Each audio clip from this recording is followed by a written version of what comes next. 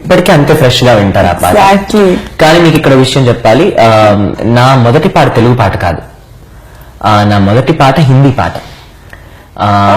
నా మొదటి పాట లగేరో మున్నా భాయ్లో ఆనే చార్ అనే అది పాడిన తర్వాత నన్ను ఎన్టీఆర్ గారు ఇక్కడికి నేను హైదరాబాద్ వచ్చినప్పుడు ఆయన ఇంటికి పిలిచి భోజనం పెట్టించి తర్వాత తన హమర్ లో కూర్చోబెట్టుకుని అశోక్ లో ఉన్న పాటలన్నీ వినిపించి అప్పటికి ఆల్రెడీ ఏకాంతంగా ఉన్న రంజిత్ అనే సింగర్ పాడేశారు. సో అది వినిపించి అన్ని పాటలు వినిపించి నీకు ఈ పాటల్లో ఏ పాట నచ్చితే ఆ పాట పాడు అన్నారు. అలాంటి సువర్ణ అవకాశం నాకు తెలిసి ఎప్పుడు హిస్టరీలో ఏ సింగర్ కి వచ్చి ఉండదు. సో మొత్తం ఆల్బమ్ విని నాకు ఈ పాట నచ్చిందని చెప్పి ఈ పాట పాడతాను.